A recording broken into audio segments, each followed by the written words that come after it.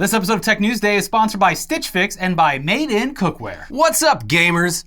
It's been a little while since we last talked about Activision Blizzard. Well, what are they up to? New games? The company behind such hit franchises as Call of Duty, World of Warcraft, Overwatch, and Candy Crush for all the kids out there. And wait, hold on. What was the reason that Activision Blizzard was in the news last time? Making incredible games with amazing stories and competitive multiplayer and games that aren't broken at launch.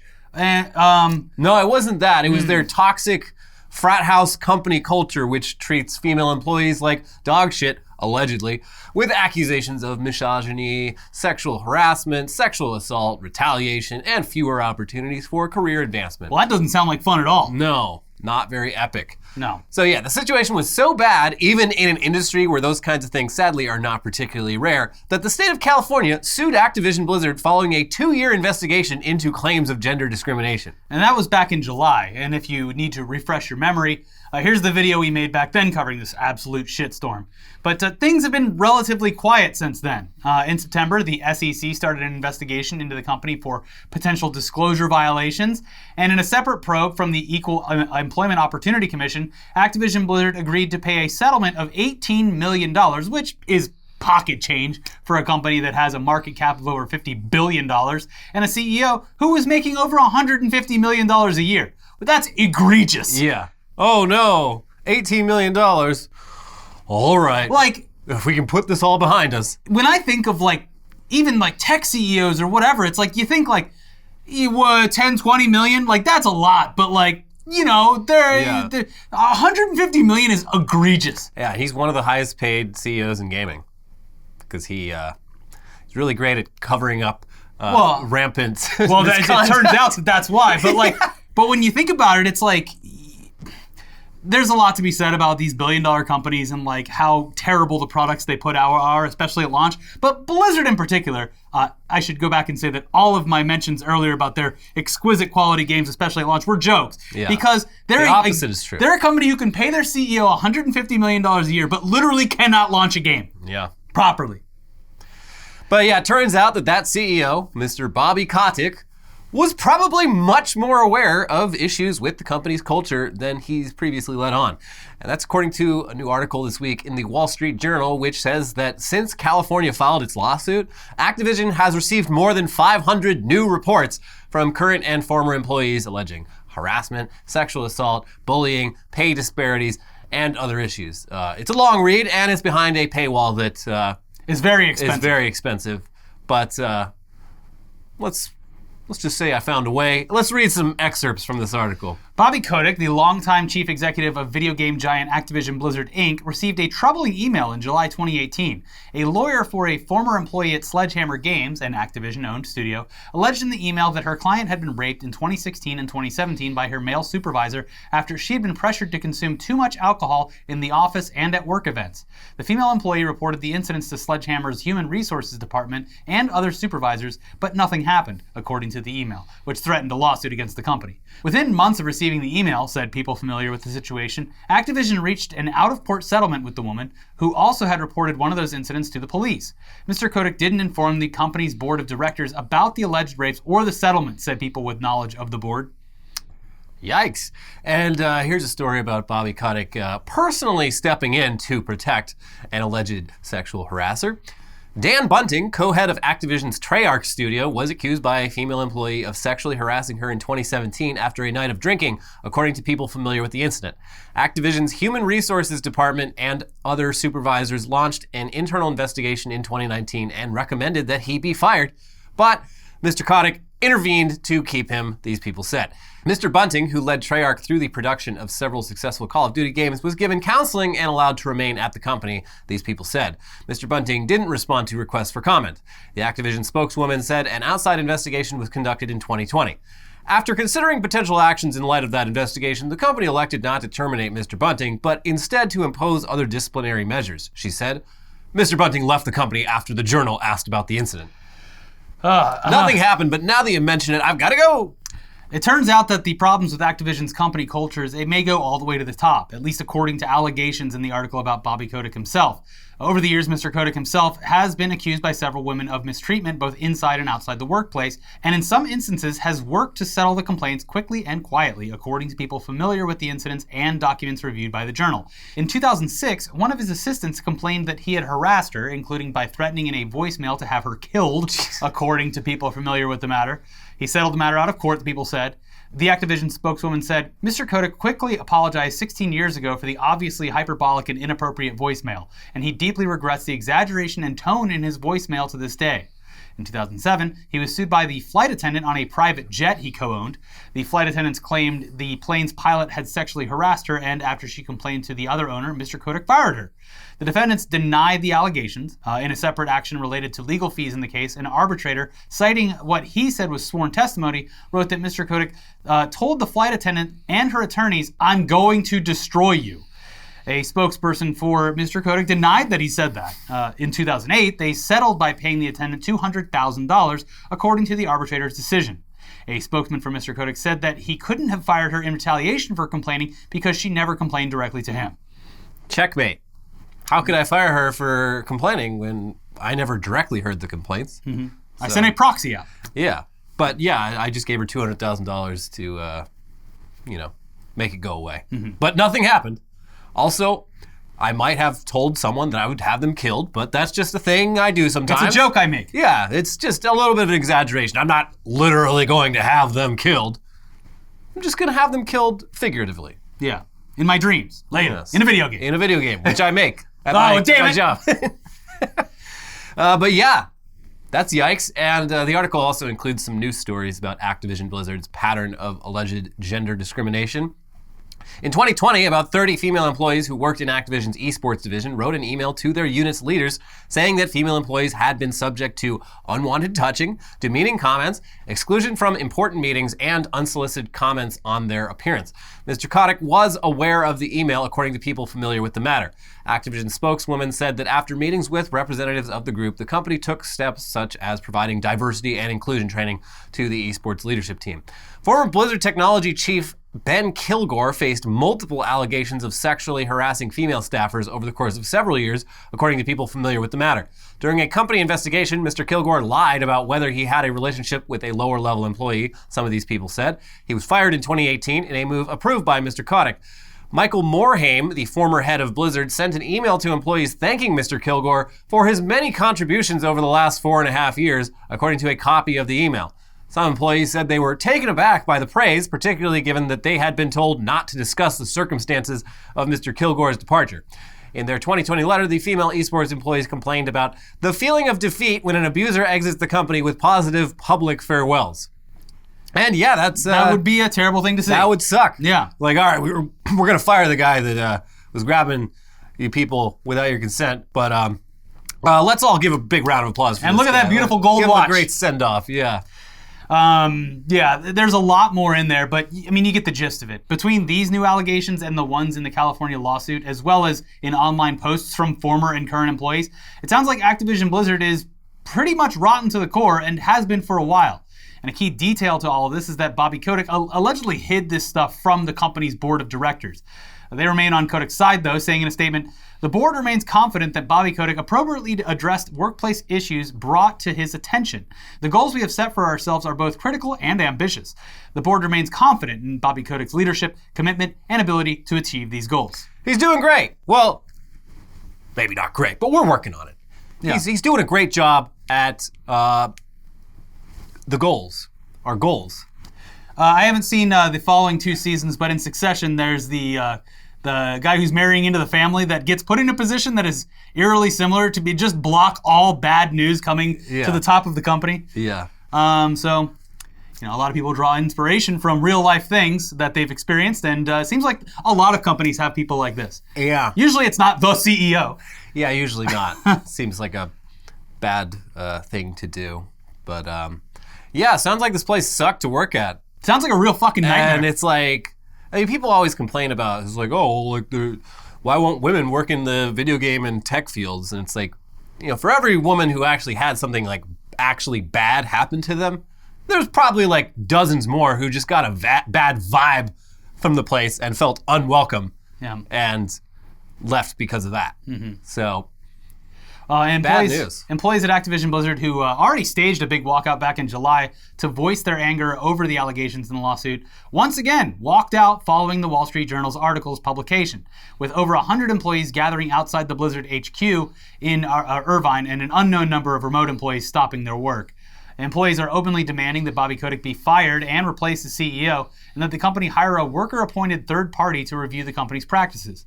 And given what we've seen so far, the company doesn't seem to have learned anything from this at all, so it's hard to be optimistic that anything is really going to change, but hopefully the employees keep up the pressure, and hopefully the state of California doesn't let the company off easy when it's all said and done. Yeah, that's another big risk, is that they get a slap on the wrist, and all right, we fixed the glitch. That was the thing at the time. Like, I'd have to go back and find the article, but at the time, this is like 2 months after the initial walkout, where there was a news article where it was just like, hey, by the way, Call of Duty Vanguard's coming out. And like in the article, it was like, we'd like to point out that no one involved in any of these allegations worked on this game, just so everyone's clear. Yeah. Which may or may not be true, but it was just like ridiculous that they had to like post that in there. Yeah, they weren't involved in the allegations that you know about. Mm-hmm. Yeah, it's not good. Yeah. It's real bad. Mm-hmm. And what can you really do? Well, I guess they're trying to do something. We'll see if it works out. I mean, we'll have to see. Yeah. Wouldn't count on Overwatch 2 coming out on schedule. Well, nothing's coming out on schedule anymore. Ain't nothing coming out. No. Yeah. Don't count on it. That's the way of the future. Things are late. And when they do come out, they're typically broken. Yeah. When they do come out, sometimes you want them to maybe have been delayed. Put it back in. A little further. Yeah. Which brings us to our next story. It's more gaming news, but it's much more lighthearted gaming news. Yeah, it's a company that's having a terrible week for a completely opposite reason that is a lot more fun to talk about. Yeah, so the Grand Theft Auto remastered trilogy came out last week, and the folks over at CD Projekt Red are probably breathing a huge sigh of relief, because now Cyberpunk 2077 is no longer the reigning champion at just completely fucking botched and poorly optimized game releases. Yeah. I mean, this thing is just an absolute fucking mess, and pretty clearly a cash grab for Rockstar, who already pulls in billions of dollars in revenue off of just GTA 5 and Red Dead 2. They're not hurting for money. No. But they clearly just cut every possible corner. You know how many shark cards they have?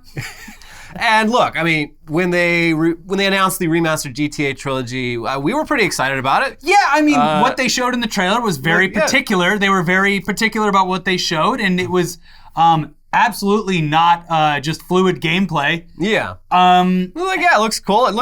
It seems like they did a good job taking a classic game and just making it a little smoother and better looking. Something that I wouldn't have necessarily played on my PC, but would have probably enjoyed on the Nintendo Switch, where you could only anticipate the graphical fidelity of what they were offering. So I was like, okay, cool. But then we found out that the existing versions of these three games that have been on Steam and in the Rockstar launcher, available for years and years, they were just getting pulled forever from sale. Mm-hmm. If you have them already, good. Don't worry, you're gonna love the next version. And also, that meant that years of work that modders had put into the games were essentially just being erased from existence, which that's pretty messed up. These games were kept popular through the modding community, and Rockstar kind of just told them to fuck off. Comparisons between Rockstar's version and the modded versions, you're just like... It's so upsetting. Why wouldn't... It's like when companies hire white hat hackers or like bug finders and stuff like that. It's like, look, why wouldn't you just, honestly, probably have saved some money by just purchasing or making it financially valuable for the people who have already done what appears to be great work. Yeah, I mean, Isn't that what Bethesda has done for a while as well? Sounds kind of familiar, but I mean, this is the story behind like Counter-Strike. It's like that was a completely modded game. It was Half-Life. From Half-Life, and Valve was just like, "Great game, you saved us a lot of work. You guys want jobs? We'll take it." Anyone under the age of 25 will never know real gaming. Yeah, because everything that happens now, you're just like, I mean, okay, whatever. But man, the late 90s, early 2000s. Shit was wild. If you had a Dreamcast, you could just get on the computer and just download whatever game you wanted. It had like absolutely no protection on it. Yeah, it did. Yeah, the Dreamcast. Just like at least the PlayStation 1 had like something with the laser that stopped you. Dreamcast was like, Dreamcast was like, oh shit. It was the Soulja Boy console of its day. Yeah. But yeah, I mean, so obviously the more we learned about this remastered trilogy, the more we were just kind of like, But hey, at least Rockstar would be releasing a stable, optimized, current gen version of these games that did away with any need for mods. Why would you need them? The game's already going to be perfect. Yeah, but no, of course fucking not. This thing is a mess. I've said it several times, but it is a mess. It is, and it keeps getting worse every day. Yeah. Much like with Cyberpunk, YouTube is already just chock full of video compilations showing off the insane amount of bugs and glitches in these games. There's this glitch where using first-person view on a quad bike in San Andreas centers CJ's big, emotionless face in the center of the screen. And then there's this glitch where if you wiggle your car while driving, it slowly stretches and flattens the car's dimensions until it's a big old pancake. And then like the wheels start glitching through the body, and it's just the polygons start clipping into each other. And here's some real nightmare fuel: a giant NPC face texture showing up on a wall. Whoops. I don't know if we should even show it because it will actually make people physically sick. But did you see when the rain comes on in the game? And when you turn, like the camera follows and the turning turns, but the rain stays static. Yeah, the rain is like a static layer on the screen. It's like it gives you like sea legs for a second. Yeah, like, whoa. It's like a sprite that's just projected on the camera. And the heaviest rain you've ever seen in a game. Yeah, you can't see through it. A hailstorm. And you'll find it. It will make you sick watching it. Yeah. But I mean, there's characters' limbs getting stretched into all sort of impossible positions. There's absurd physics glitches launching cars across the map. There's players clipping through invisible holes in the map. But on top of that, there's all sorts of clear evidence that this remastering process involved a lot of corner cutting. It's believed, and based on screenshots, it has to be the case, that artificial intelligence was used for a lot of the upresing of textures and polygons with not much or seemingly any QA testing to check this work. There's lots of examples from the game to support that, like here's San Andreas Tough Nut Donuts, which is supposed to be a giant round donut next to a giant hexagonal nut. But in the remaster, both the donut and the nut are now circular. Good luck finding a wrench that can turn that thing. Yeah, you gotta get the gator grip. And they also seem to have rushed and mostly automated a lot of the character models, like this one, which is supposed to be an adult woman, but now appears to be a male child. And that's your girlfriend in the game, by the way, so... You're not being very progressive. Ugh. And then there's a glitch that essentially renders the game unplayable anytime it rains in-game. Like we just said, the rain is rendered as basically a blizzard that almost completely obscures your vision and will make you a little bit nauseous if you're sensitive to that kind of thing. And also on top of that, for some reason, it doesn't render in front of bodies of water. So like if it's pouring torrential rain, if you look at like a lake or the ocean, that has no rain in front of it, is crystal clear. Mm-hmm. Yeah. And all of this is extra upsetting when compared to what the modding community had done for these games over the last several years and was still very actively doing. So there's screenshots of like store windows and all kinds of stuff like that, where in the original games, there's a lot of gags. Yeah, jokes. In what the stores are called. Mistranslated now. But the artificial intelligence doesn't understand that the jokes were written on purpose, so they have changed store names into what it thinks is the most presentable. Yeah, there's like all sorts of typos and shit from taking just misspellings and the AI can tell that there's text there, so they're gonna try to translate it, but no one's looking over the AI's shoulder. They're just like, the AI will take care of this and we'll be rich.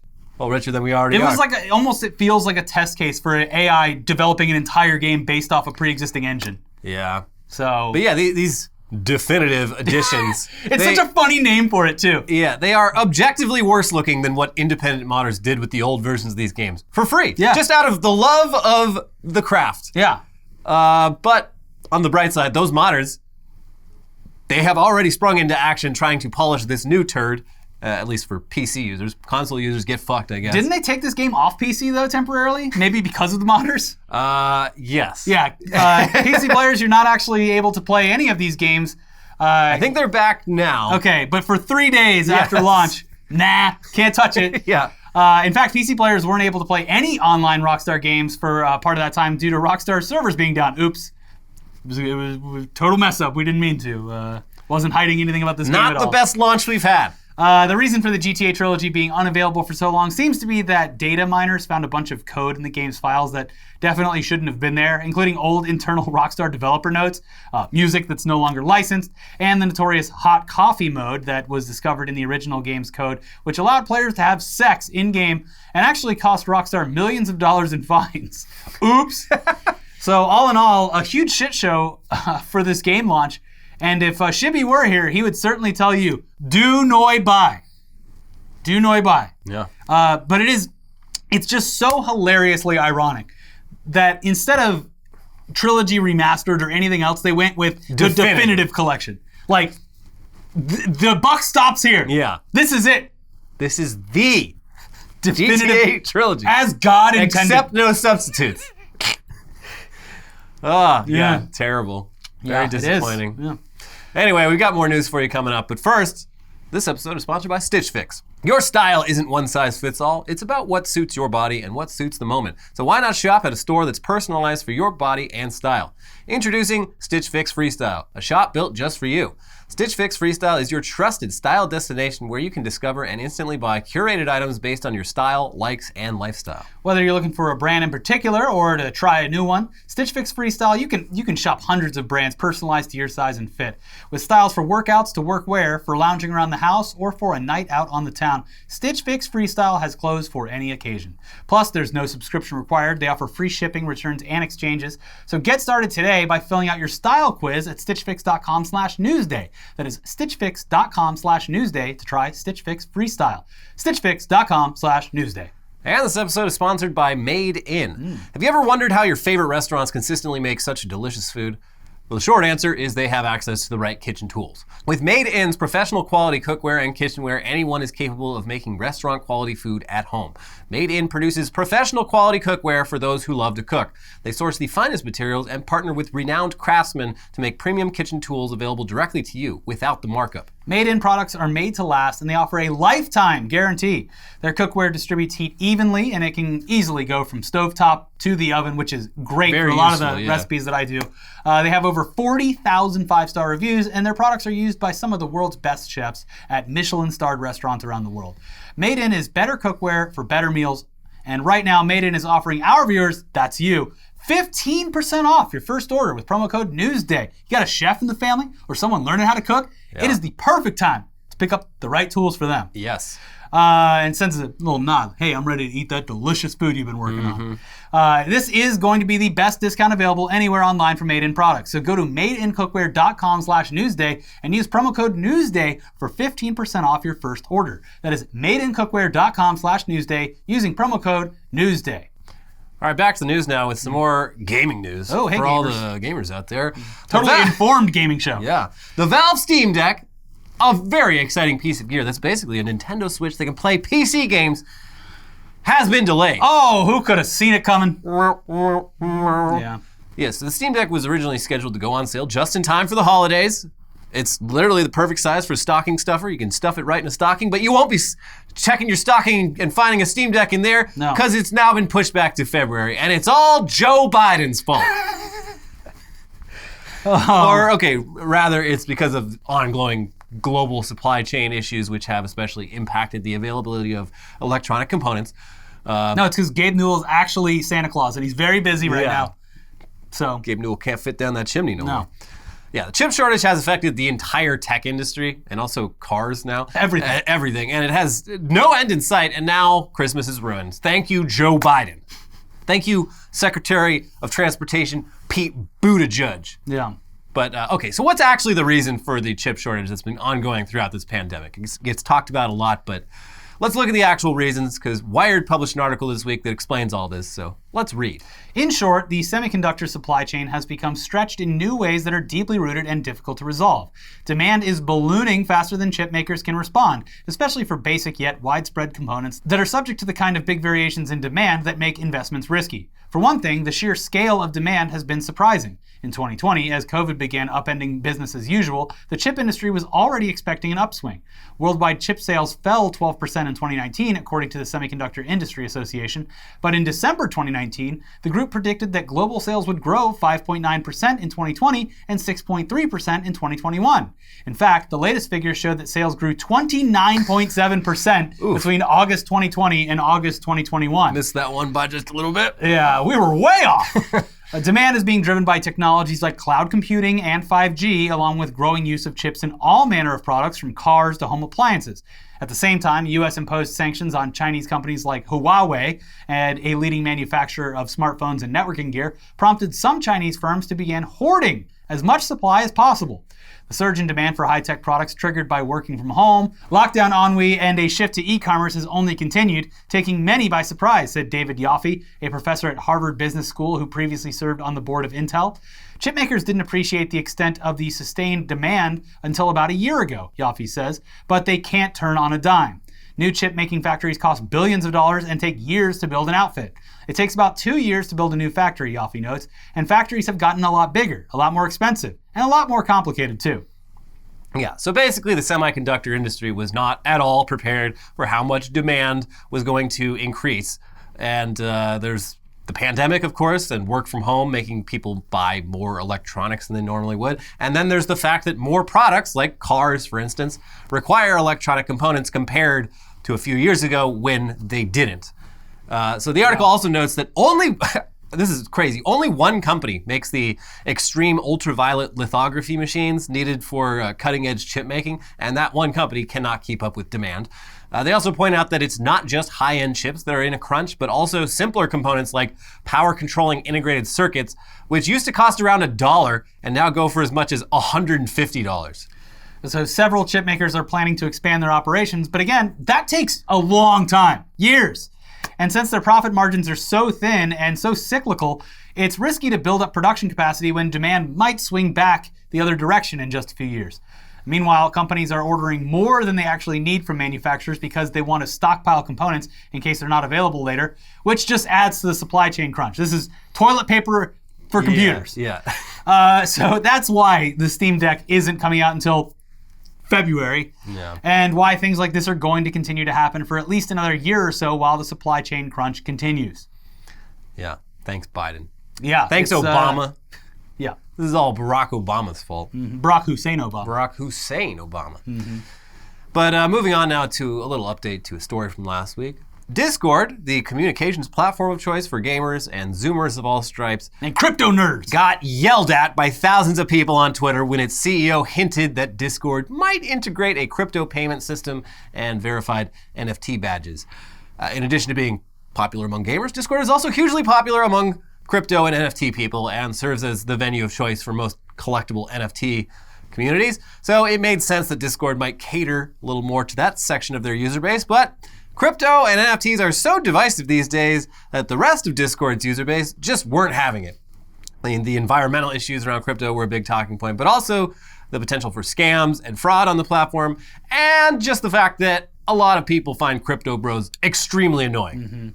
So 2 days later, Discord CEO Jason Citron posted a follow-up to his initial tweet saying, "Thanks for all the perspectives, everyone. We have no current plans to ship this internal concept.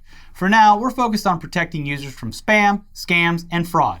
Web3 has lots of good, but also lots of problems we need to work through at our scale. More soon." So not exactly the "we're not doing this" kind of explanation, more like we're putting a pin in this until you guys calm down and forget about it. Yeah. And then once everyone else, because sounds like you guys weren't ready for that, but your kids are gonna love it. Yeah. And then you will still hate it. Yeah. But we won't care about you anymore because you will have aged out of the marketable group. Gamers, we heard you loud and clear. Yeah. You're not gonna be needing Discord Nitro from the old folks' home.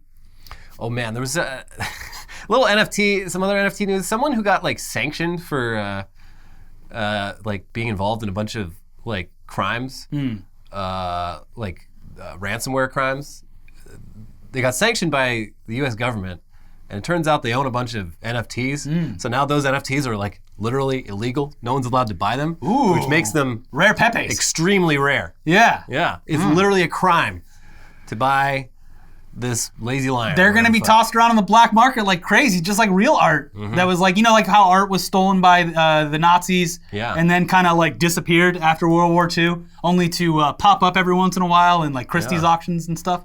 It's going to be like that. Yeah, except the art's way shittier. Yeah, well, yes, of course. Duh. Yeah. Did you see that, like, there was another, like, big story. It was like, that Gary Vee guy, he put out a book, and basically, if you bought 12 copies of his book, you got an NFT. Why would anyone buy 12 copies of a book? Get the NFT, Elliot! What are you missing here? Anyways, he sold 1 million copies because everyone just bought 12 copies of the book to get the NFT, which is like, that every company is going to do that now. That's so on top of the wastefulness of NFTs, wasting just cutting a bunch of trees down to sell books that are no one's buying 12 of anything, especially books. Yeah, like what happens to all these fucking books? Maybe it was audiobooks. God damn it. The picture I saw looked like actual stacked books, but that could be in anything. Oh my god! But yeah, and it's just like you could imagine any like artist, like or musician doing this. Just like if you buy 12 copies of this vinyl. Yeah. You get an NFT of the vinyl. And this is probably going to put his book at the very top of the New York Times bestseller. Got a little cross next to it. We have some disclosures to make about this bestseller. Yeah. But yeah, that's something. Wow, I hate it here. Yeah. Anyway, that's it for today's episode. If you haven't watched our most recent one about Alex Jones and Steve Bannon just getting deep-dicked by the law. Yeah. Check that out. Also, satellite getting blown out of space by the Russians. Yeah. Very fun stuff. Yeah, space junk. Yeah. And also Weekly Weird News, where we talked about a brothel offering some incentives if you choose to get vaccinated there. And a wild concert experience. Yep. She apologized finally. Oh, okay. And I'm like, what are you doing? No, Stop it. You're fine. First of all, everyone already forgot about it. Yeah. Anyway, see you soon. Check those out. Bye. Bye.